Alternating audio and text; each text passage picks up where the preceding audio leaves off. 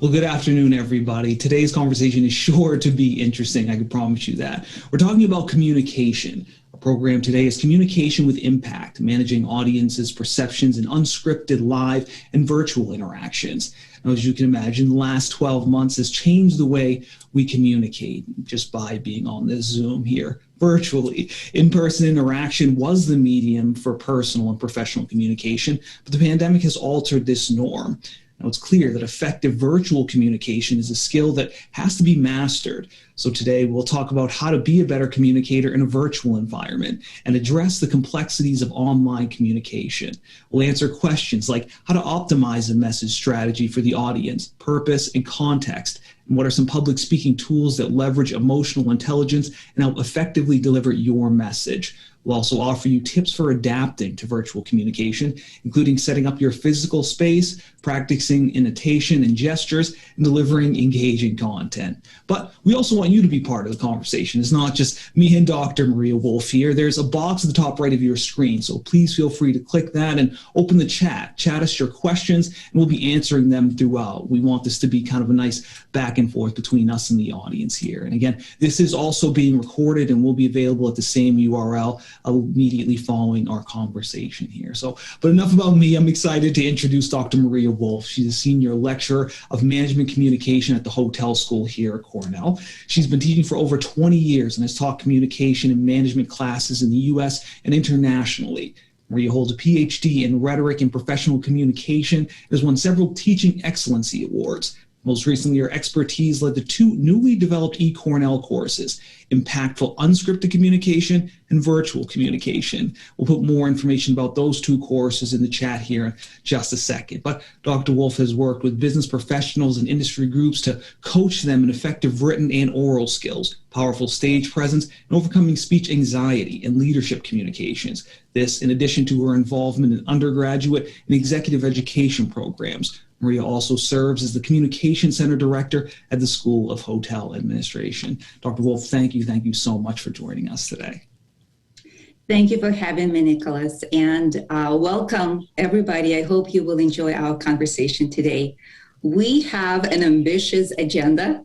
Of course, the topic of communication is huge, and we only have 1 hour to talk about it, but I'm glad that Nicholas also mentioned those two courses that I authored for eCornell because they go into all those topics in more detail with a lot of tools, a lot of checklists and exercises for those of you who are interested to learn more. And this is a very timely topic because communication is more and more important each day as we are learning through our everyday experiences. And I always tell my students that communication is a reflection of your relationships with people, but it also is a building block for those relationships. And in the workplace, it's partially how you manage perceptions with your coworkers, with your supervisors, with your employees. And oftentimes people think that I should care about how I communicate when I'm preparing for an important presentation or when I'm writing a very important report. But in reality, it's how you communicate every day that significantly contributes to the way people perceive you and the way people form their opinion about you. So that's what we hope to talk about today. Perfect. Well, my first question, I'm actually going to steal a question from a conversation we had with Craig a couple of weeks ago, is how has communication changed and evolved really just over the last 5 years? Great question. And yes, we had this whole conversation about it because I think we're living through an absolutely amazing and unbelievable change in communication because, of course, back in the days, the advent of computers changed significantly the way we communicate. But more recently, the invention of smartphones and the place that those phones take in our lives have changed absolutely all aspects of communication. Because if you think about it, Nicholas, look at your everyday life. You probably access almost everything with your phone, right? You can access your bank account, you can access your email, and how many people start their day reading their email messages, not on their computers, but on their phones. But together with everything else, how we receive news, how we stay in touch with people, everything, altogether, what happened is over time, the presence of cell phones, the presence of this really, really tiny screen, right, that we have, it has changed the attention span that we have. It has reduced it to almost nothing. Think critically and pay attention to how you use your phone daily, and pay attention to how much time you spend on a particular window, particular page before you start scrolling. And probably you have less patience right now to keep reading the message that you receive. And you're more likely to keep jumping to something else that seems more interesting, or something that happens to distract you. And distraction is a really, really big part of our life right now, much bigger than what we had before. And because we have all those distractions with phones, it makes it harder for us to focus on communication, on the message that we send to the recipients, on the message that we receive. And the way we send or receive messages can be written, verbal, visual, you name it. But again, the attention span is so short that it becomes challenging. How do we manage that perception? How do we manage the effectiveness of those communications? And that's really what our courses also talk about, is how you use that small window of opportunity when you communicate with someone, so that your communication becomes stronger. You communicate with purpose, with very clear purpose, because people don't have time or patience to figure out what your purpose is. The way you communicate so that you can surface your main point, so that you don't overwhelm people with information. In some cases, so that you actually entertain people, because again, they lose patience, they lose attention, and you want to keep them focused on your communication. So it's been a shift for sure. And has this changed over time? I feel like before we could send more long form emails, whereas now it's got to be kind of clear, quick, and concise. Has that changed over time? Yes, and ideally, that's your subject line in your email that tells it all.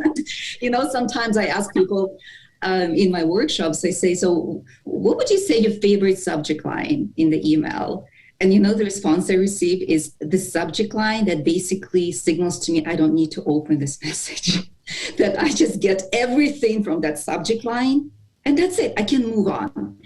And that's what people do most of the time, especially if the subject line actually is not effective. If it's really vague, if it doesn't trigger anything with you. So that's why it's really important. So think about when you compose a message, when you think about how do I surface something, imagine your cell phone screen, imagine the screen, and imagine how you can compose that message so it fits in the window and does not require scrolling. So that could be a really good tool to think about. It's good to remember not scrolling. Keep it short, keep it short and concise. And kind of as a quick follow-up, what makes our digital communication different than communicating in person? Yes, the way we have to communicate now, of course, changes our decision process, or it should at least, changes how the listeners, how the audience perceives us. But first of all, let me tell you that virtual communication actually is not something new. Years back, I was already teaching my students how to even conduct job interviews over Skype and with computer programs, because that was part of cost-cutting strategies for many companies. And I just looked some numbers before our meeting, and it apparently, even before COVID, before the pandemic, about 3% of work was done remotely for various reasons. And as of last summer, the percentage jumped to 42%. And in some sources, the numbers are even higher. But it's not necessarily a bad thing. So I don't want people to think about virtual communication as something, oh, this is so unfortunate. Because if you think about it, for some people, think about people with disabilities, it's probably a good option. And it's probably something that makes a lot of decisions for them much easier. Think about people who have caregiving responsibilities, right? So there's some logistical issues that probably, again, become less troublesome when they have to work or they choose to work virtually. Mm-hmm. And also, a lot of companies are recognizing, once again, the cost-cutting opportunities with remote work.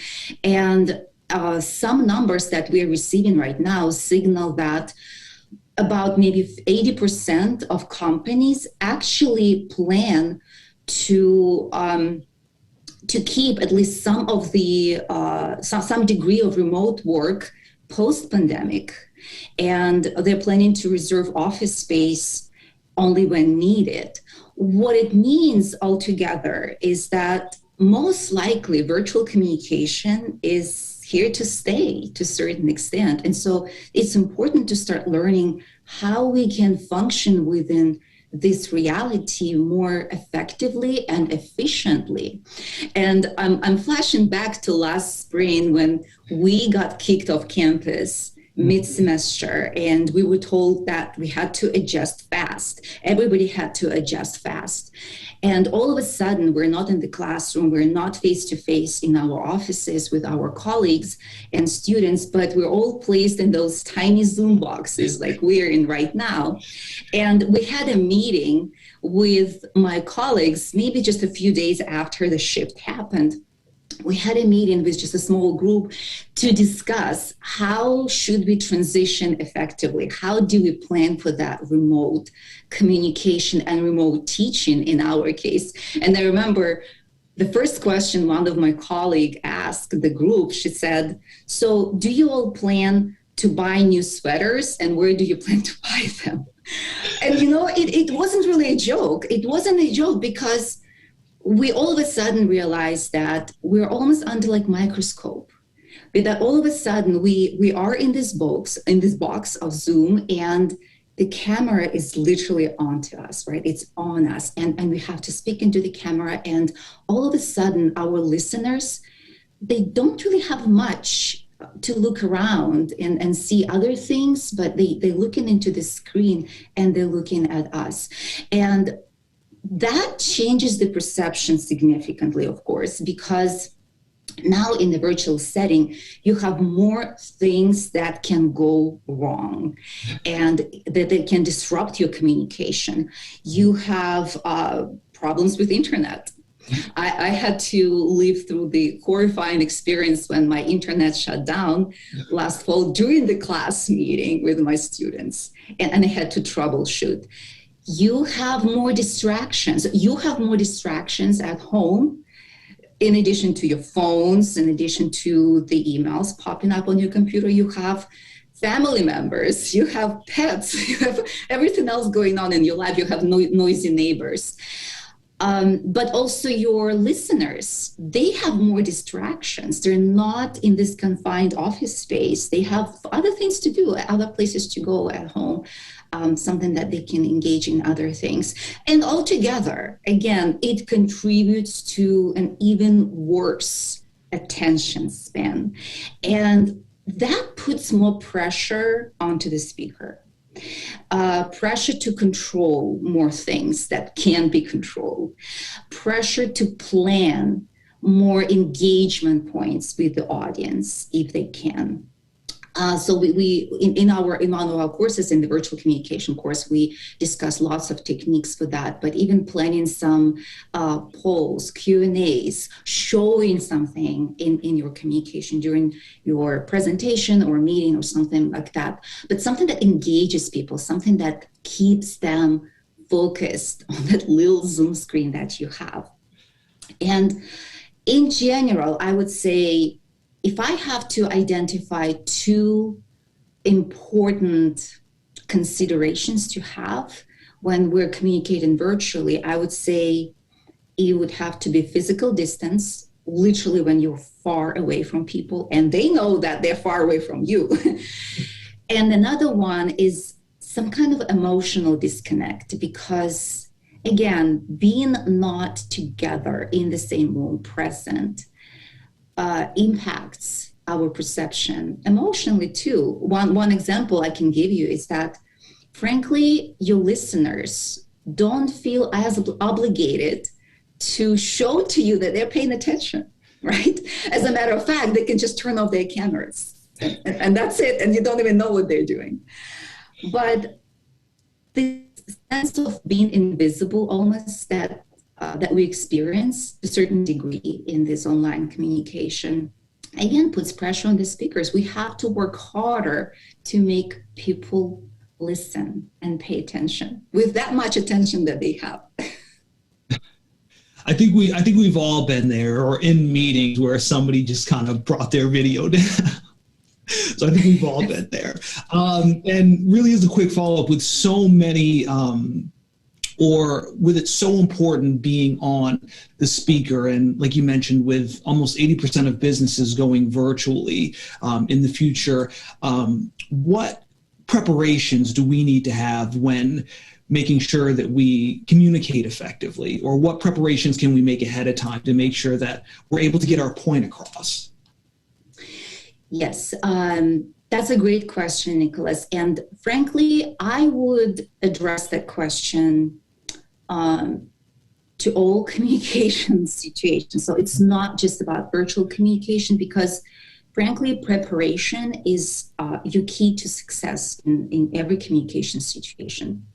So I would say that it's a mistake not to consider preparation. And it's surprising how many people don't.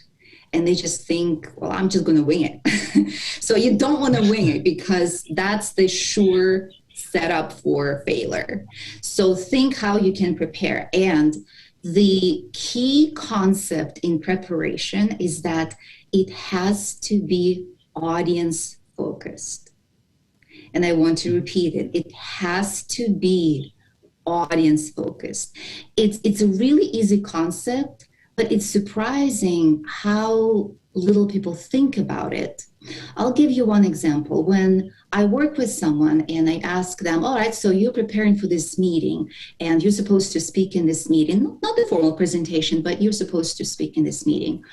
What is your plan? What are you thinking about? And the person normally would say, oh, I have to think about what I want to say. Mm. And I say, well, you don't know what you want to say? And they usually, oh, no, I know what I want to say, but I have to think about it and I have to plan it out and I have to script it or make a plan and whatnot. And I usually say, wait a second, what is more important, for you to literally utter what you want to say, or for the people in that meeting to understand it well and to accept it perhaps, or deliver you whatever outcome that you're hoping for? And of course, it's the latter, right? And what that means is that it's not really about what I want to say. It has to be about what they want to hear and how they want to hear it. Think about all the meetings that you probably had to sit in, Nicholas, and all of us, when we're sitting in the meeting, listening to the speaker or whomever, who basically reads from the slides. And we're sitting there thinking, why are we here? What's going on? What is the purpose of this? This is the kind of meeting that could have been an email, right? How many meetings have we seen like this? And that exactly is the problem. So you have to think about it from the audience's perspective. What is it that it's absolutely crucial for them to know? In what context, under what circumstances you want to package it, how you want to package it, and then give it to them from their perspective. And their perspective also matters in multiple formats. Speaking about virtual communication, even the way people see you matters, right? Or the way you talk, how they hear you, it matters. So a really interesting exercise would be for all of our listeners, record yourself. So when you are in a Zoom meeting, it's just an informal meeting, push that record button and have this recording, and then watch yourself in that meeting. And it's going to be, as I know from many people that I've taught, it can be eye-opening. And many times when people do that, they tell me, oh, I had no idea that this is how I talk. Or I had no idea that these are the words that I keep using all the time. Or I had no idea that I keep using this weird gesture. I don't even know where it came from. Because we don't think about it, and we don't look at ourselves through the audience's eyes, but we should. We really should. And that's why actually in both my courses, I have those assignments when I'm asking participants, I'm asking learners to record themselves and to reflect on what they see when they watch this recording. Another important consideration with virtual communication is virtual perception is going to come first. When you join that meeting, when your participants join that meeting, what first happens is that they see you, right? So when our cameras went on for this webinar, Nicholas, what our listeners did first is they saw us, right? They saw you, they saw me before we even started to talk. So they saw the way we look. They probably were looking at, oh, what's happening with the background? Where are they, right? What are they wearing? So you name it, all kinds of things. But that means that as the speaker, those are the small details that you want to take care of. You want to pre-plan those details. You and I had this whole conversation when we decided what's going to be my background. Should I use a virtual background? Should I just stay home, right? And we decided, all right, let's just keep it informal because that would be okay for our listeners. And again, we're thinking about the listeners, right? What they would like to see, how they want to see it. So think about components like what's your camera focus? How is it positioned? Do you all of a sudden look like a talking head in that video screen? Because let's face it, it doesn't look too professional, right? So sometimes even moving a little bit away from that camera and setting it up so it looks nice, so that you have nice light, that it's on your face, that your window is not behind your back, because then you just look like this dark shape on the screen. So all of those little details taken together, they matter because, again, they add to that perception from your audience. Think about all kinds of distractions that you can eliminate. Let's face it, there are a lot of distractions that your listeners have at their homes that you can't do anything about that. But you can eliminate distractions in your surroundings. Put that sign on the door outside that says, do not disturb, I'm in the meeting. If needed, put the lock on your door so that people don't just barge in during that meeting. But even think about, maybe it's a smart idea to put your phone in the airplane mode, right? Maybe it's a smart idea to close the windows on your screen, on your computer, and close that email window on your computer so that you don't have this sound beeping each time you have a new message coming in. So think about all of those distractions. And finally, when you start planning how you want to talk, how you want to sound, there's a really important thing to consider. It seems to be that a lot of people, they tend to tone it down when they're on camera. Some people feel a little bit shy.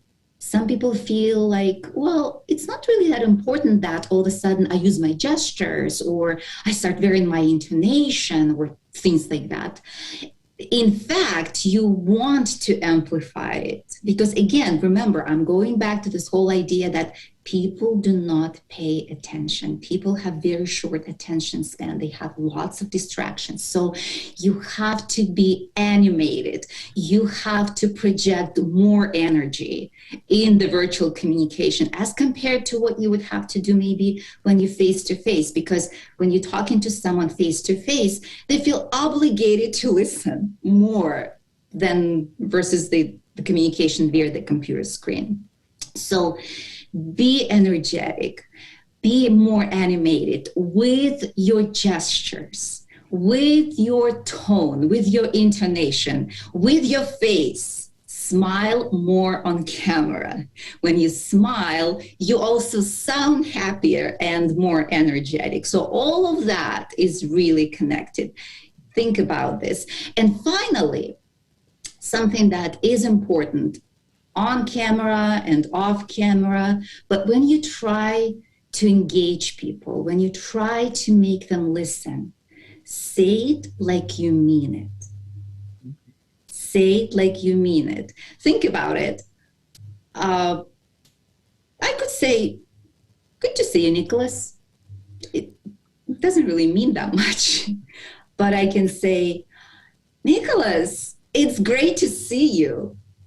Right? And the tone is very different. And all of a sudden, I hope that you're getting this message that I truly am glad to see you, right? And I'm not just saying it as an expected cliche.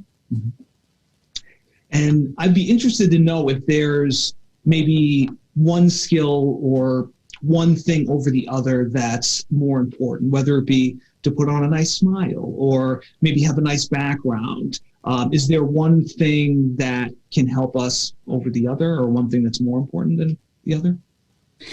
I wouldn't necessarily rank them, in terms of importance, but I would like to, again, think about it more in the order of perception, because, again, the eyesight comes first. So think when you make those plannings, think about that. First, it's what people see.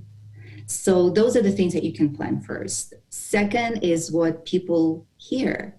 And before they hear your words, before they hear the content, they hear your intonation, right?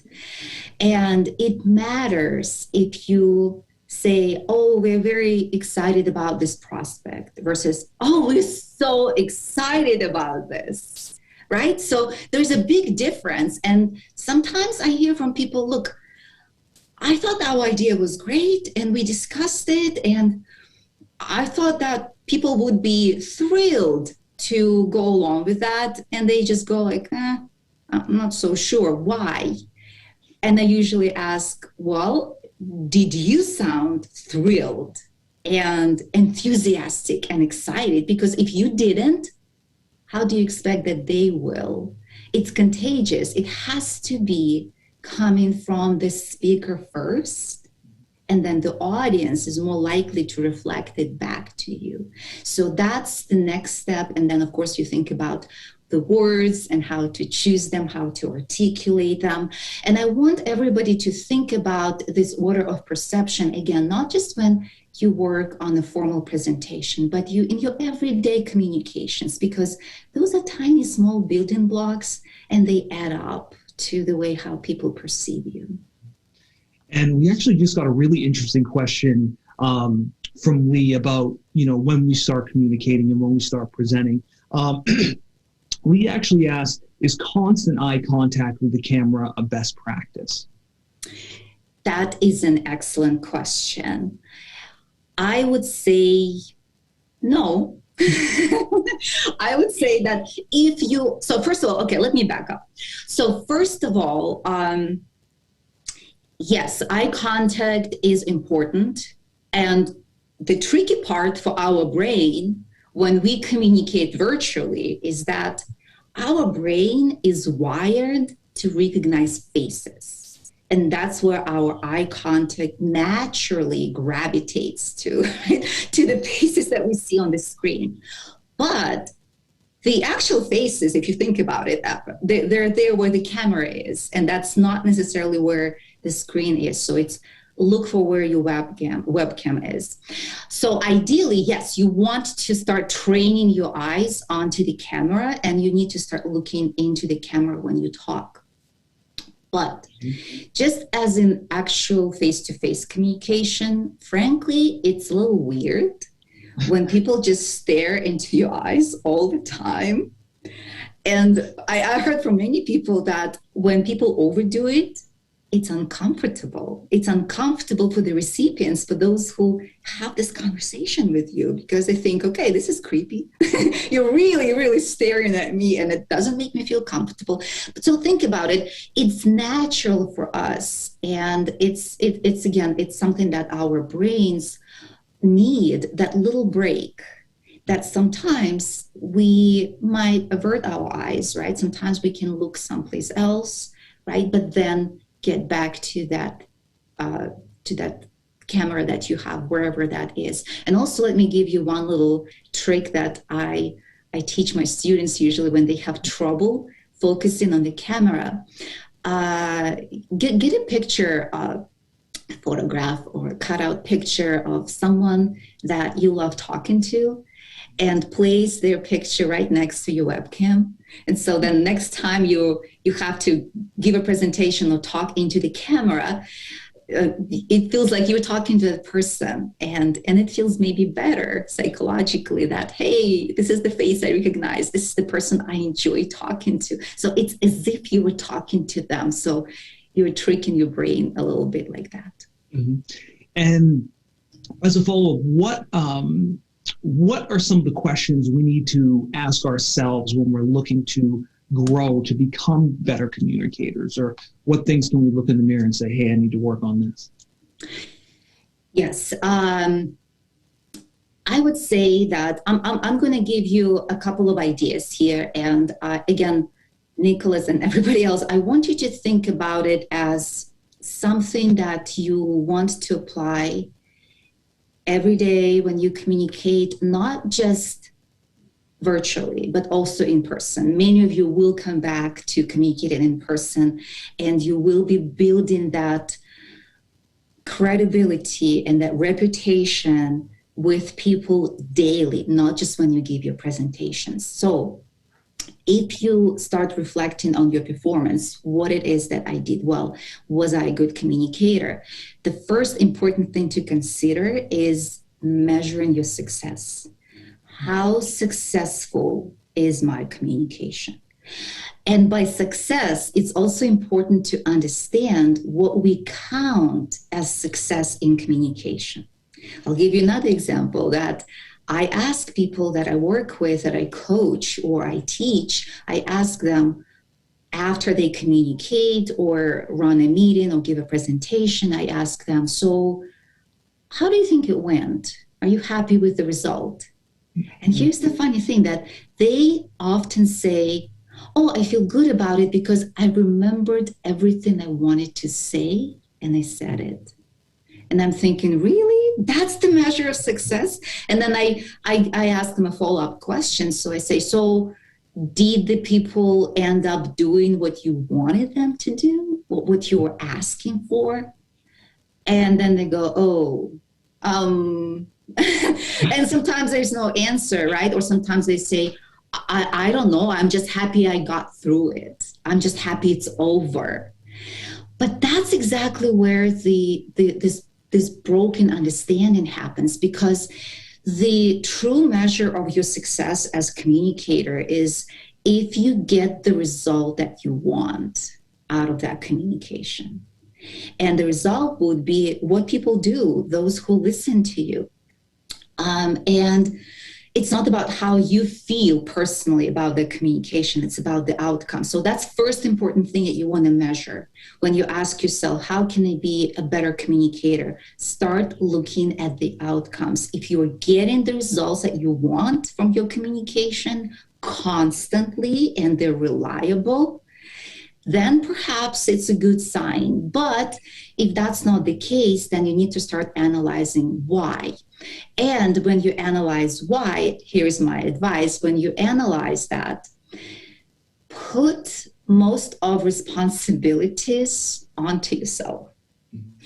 Do not blame the audience. They're just passive recipients. That's it.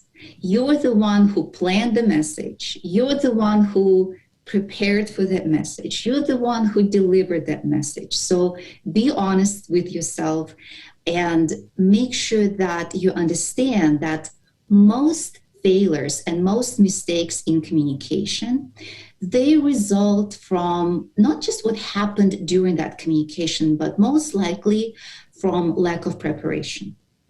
It's from lack of preparation, because what I usually teach people to do is think about everything, literally everything that can go wrong in that scenario that you're preparing for, and plan for that.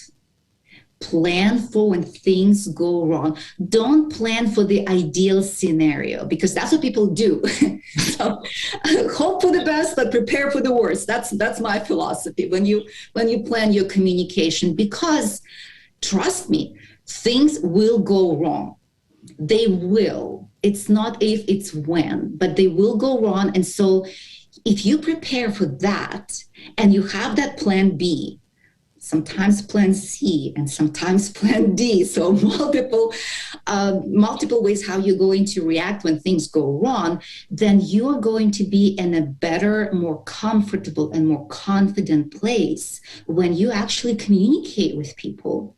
And then you're less likely to make mistakes. And when you go through this preparation, planning stage for your communication, be strategic, be very strategic. Again, it's not about what you want to say. It's about who is receiving your message, why they're receiving your message, under what circumstances they're receiving your message. So that's something that we actually discuss in a lot of detail in one of my courses, the one that is Impactful Unscripted Communication. It's the concept of the big three: the audience, the purpose, and the context. Those three big considerations should drive your decisions about how you want to communicate. Change the audience of your message. Your message has to be packaged differently. Change the purpose slightly. You want to reposition what you're saying. Take it out of the existing context, put it in a different context. And again, you have to adjust because some of the circumstances changed. So it's really important that when it comes to communication, we don't have this one size fits all idea. It doesn't exist. It simply doesn't, because we deal with such a huge variety of human interactions, attitudes, histories, backgrounds, expectations. So all of that needs to be considered when we plan our communication. And again, it's the speaker's responsibility to try to consider as many of those aspects as possible. And I'd be interested to know, obviously, with us communicating virtually more often now than we might have done in the past, how do we get over the hurdle of not being able to pick up on some nuanced things, such as, body language, or if, we're potentially losing someone's attention? Yes. Well, Nicholas, I have a bad news for you, and potentially not a bad news. So when we communicate virtually, frankly, there's not much that we have there to pick up from the audience, because you've seen it probably multiple times. People feel pretty relaxed when they're just on the receiving end in front of the camera. You're the one doing the work. You're the one telling them. You were the one presenting. And they just sit and they join the show, right? So that's what they do. And again, many of them have their cameras off. So what is it that you can't get from them? Not much. So sometimes actually it's not even that easy to see clearly if if they're engaged or if they're paying attention or not.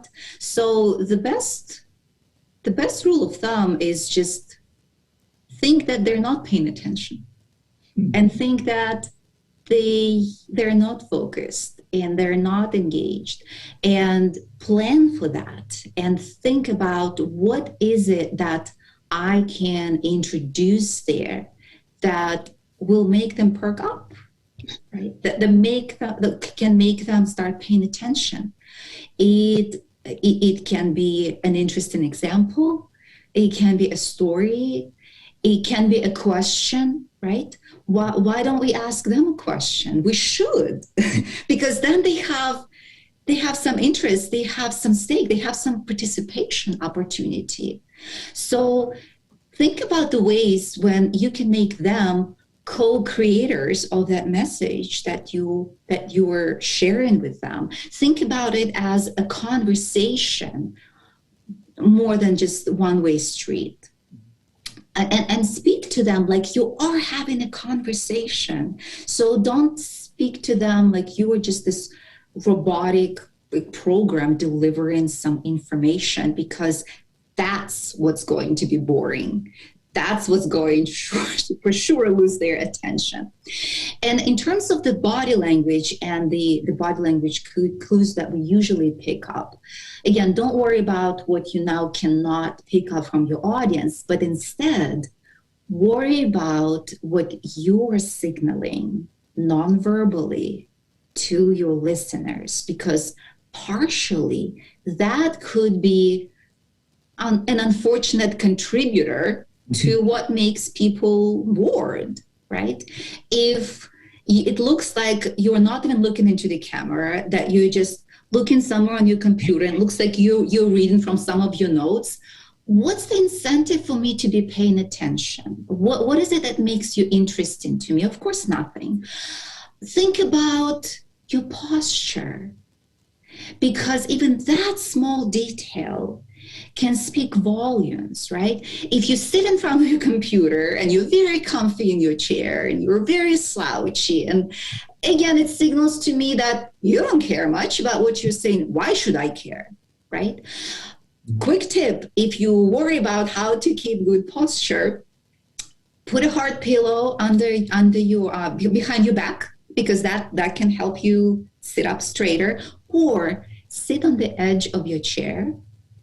That will do the trick. You can sit up straighter then. And also, actually, for really important sort of situations, when you have an important job interview that you have to do over Zoom, or an important conversation with someone in power, someone in authority, I frankly recommend that you stand like we are standing right now, because that gives you more control of your posture. And also it helps, another bonus, it helps with your voice. Your chest is more open when you stand, and your voice projects stronger, and you can articulate your words much better when you're standing. So things to consider. And of course, remember, gestures still matter. If you position your computer that you end up like a talking head, well, maybe you use gestures, but we don't see them, right? Mm-hmm. So position your camera so that we can see your hands.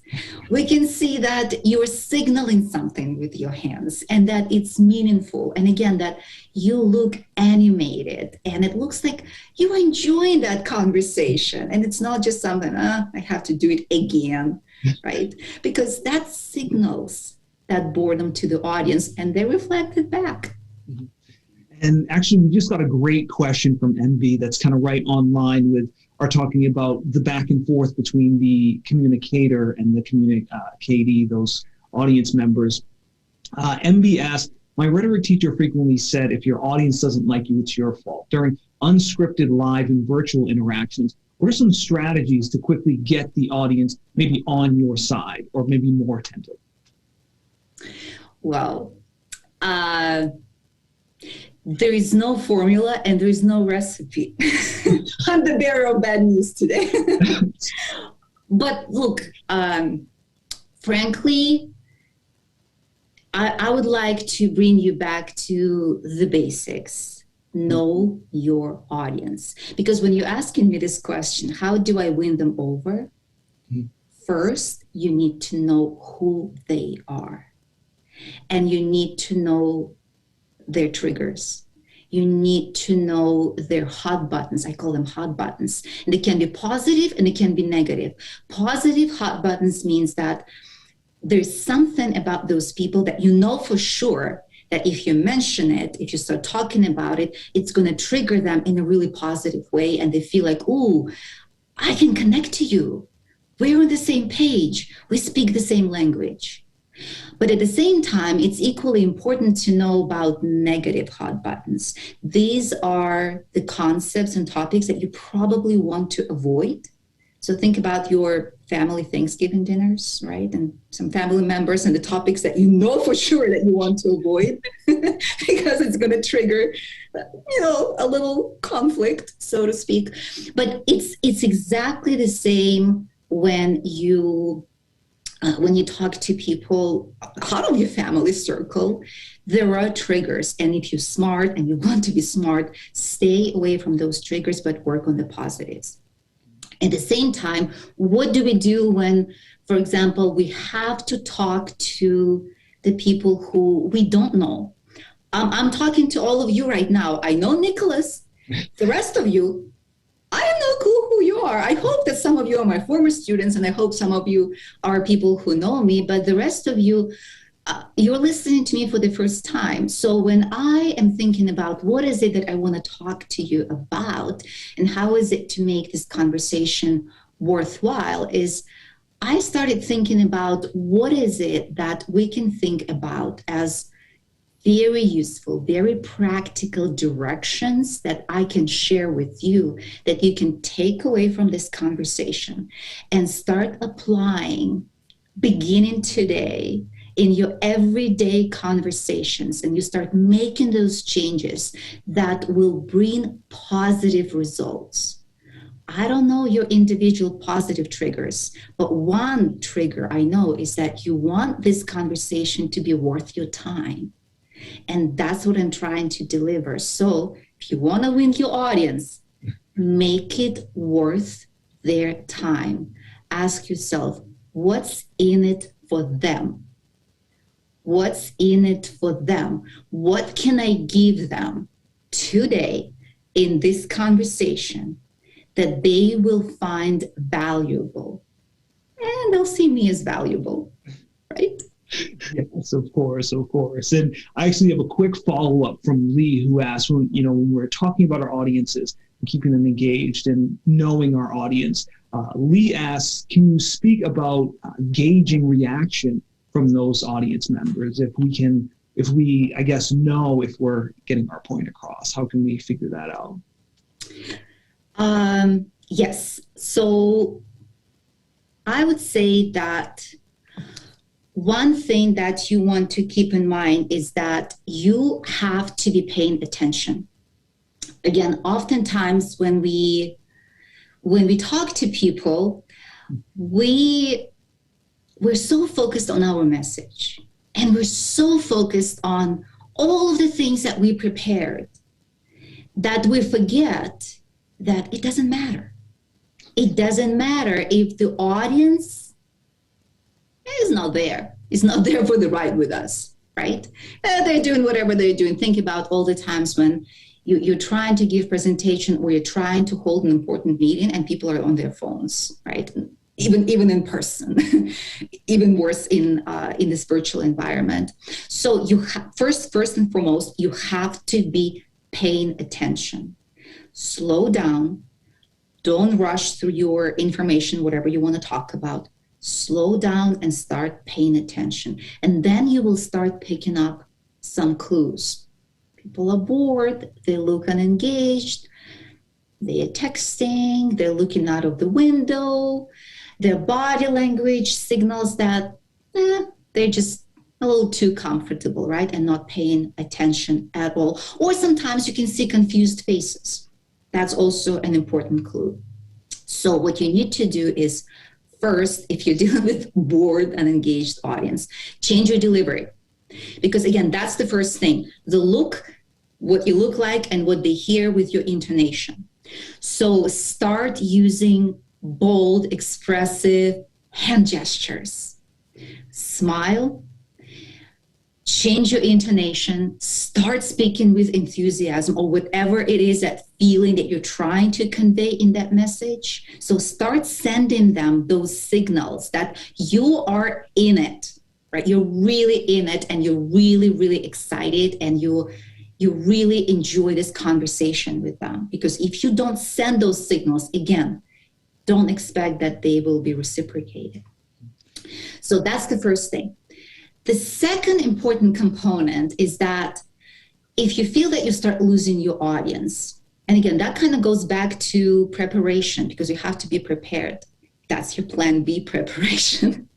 So the plan B is going to be, oops, they're really bored with the information I prepared. What's the alternative? An alternative would have to be that consider preparing some kind of alternative examples for what you're trying to say. Stories. Everybody loves stories. Everybody loves stories. So think, so have up your sleeve a couple of stories. Stories is really, it's the oldest way of collecting information and sharing information. And it's still true. So everybody loves a story. Think of alternative explanations. You're going, for example, through some plan for an idea that you're trying to pitch, and people look confused. Pause and tell them, all right, let's look at it from a different angle, and give them an alternative explanation, because you lost them on that path. Suggest a different path. So try to play along with what you see, what they give you back in that nonverbal communication.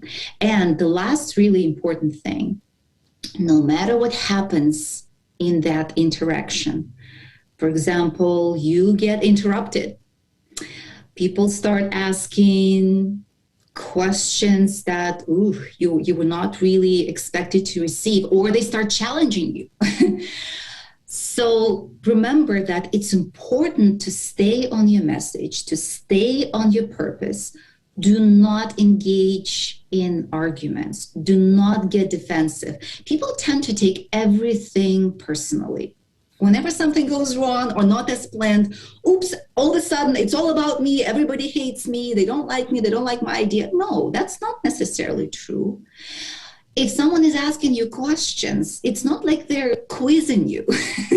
No, they want to know more. They're actually interested. So it's a good sign. But again, don't get defensive. I had a situation recently when I was coaching. I was a communications coach for a group of students who were participating in the crisis communication contest, and they delivered the pitch, and there were judges who played the role of a boardroom, of members of the boardroom. And it was clear that the team who was preparing that presentation, they had made a big mistake in one of their decisions. And that was the first thing that the judges called them out on, said, you made a mistake. And instead of simply admitting the mistake and moving on with their message and focusing on what exactly needs to happen, the team started defending that decision.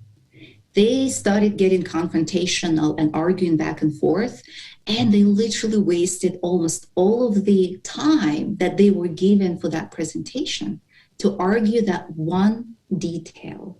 So be strategic, be smart, set the goals that you want to achieve, stay focused on them, and make it interesting for the audience. If they don't like what you prepared, they find it boring, think of your plan B. Have it ready and switch to that plan B once you see any sign of trouble from the audience.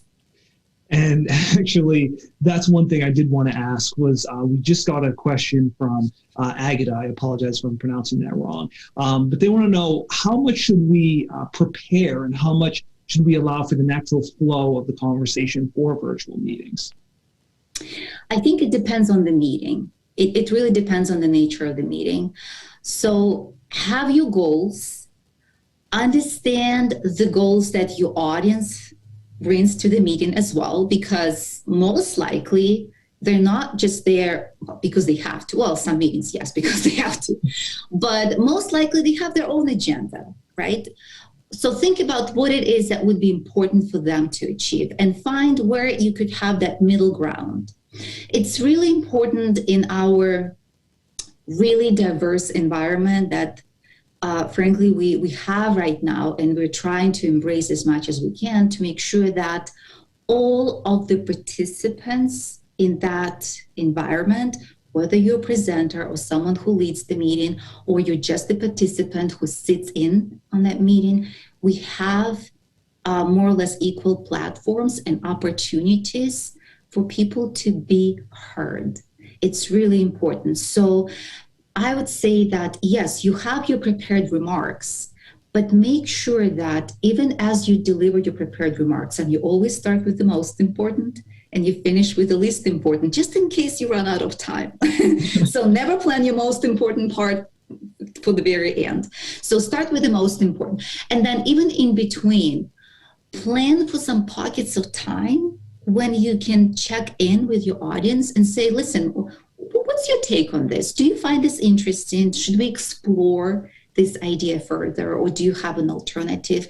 And allow for those pockets of conversation there, because that is going to bring a lot of really valuable voices into that conversation that unfortunately traditionally they just stay out of that conversation. And that's a huge loss, because that's where you can have a real value that is added to the conversation. And eventually you may even have a completely different idea or really modified ideas compared to what you brought to that meeting, because you listened to all of those different opinions and voices. And another bonus, it's going to help with the morale for this whole organization that you're part of, because I can't tell you what is more important than just having all the voices heard and making people feel like they're not just being talked at, but you are talking to them. It's really, really important. And actually, I did want to make sure I got this question in, but how do we communicate when we have such a diverse audience? For example, it seems like diversity is such a huge topic, and a lot of us communicate with a variety of different folks. How do we tailor our message knowing that there's a diversity of folks that we can communicate with? Yes, there's diversity, and the more the better. So I think the most important thing that we are realizing is that, first of all, we are different. We are different. We're not just this one homogeneous group that thinks and acts the way that whatever the person who leads the meeting imagines that they think and they act. That's far from reality. So we have this awareness, and I think that the more awareness we have and recognition, the better. But what's even more important is not just awareness, but that we actively show respect for who our listener is, what they value, and the value that they bring to the table. We have to show and use and recognize that this is important. So we have to think about how we respect our listener through, small details, using gender-neutral language, sharing the floor. Again, share the floor in those meetings, in those presentations. Make them interactive, make them conversational. You'll be amazed how much more value you get out of this communication if it's not just dominated by, whomever set up this meeting. It's also important to remember that, again, differences, they don't mean that it's negative or confrontational. So it shouldn't really be two sides, us versus them. And in our communication, that needs to be considered. We need to be very aware of that. So, for example, think about how you can use more inclusive language, how you can actively give credit to people who contribute. Someone contributed an idea, recognize it, say it out loud. So and so, thank you so much. That was fantastic. Let me build on that. But make sure that you actively and verbally recognize that. So give credit. Small details. Use and instead of but. Let me give you an example. Someone asked you something or challenged on your idea and said, well, here's what I think. And naturally, we say, well, I understand your point, but, right, if we disagree. No. What you say is that I understand your point, and here is something that I think is really good about your point. Recognize it, and then continue, not with but another and say, and what I also would add on to this, and then continue with your point, right? So use and instead of but. Use emphatic statements that recognize, that show people that you understand the way they contribute, that you appreciate that you not necessarily agree with them all the time, but you see them and you hear them. It's really, really important. Avoid patronizing statements. Frankly, we use a lot of cliches in communication that, if you think about them, they're patronizing. For example, when you write an email and you finish it with saying, don't hesitate to reach out. Well, it's patronizing. You're assuming that the person is already hesitating. What, they're afraid of you? Or, you're so big and important that they can't just reach out. So instead say, please tell me what I can do. Tell me how I can help, right? So that's a better way to finish that conversation. Or you finish a presentation, and what's the usual lead into Q&A, Nicholas?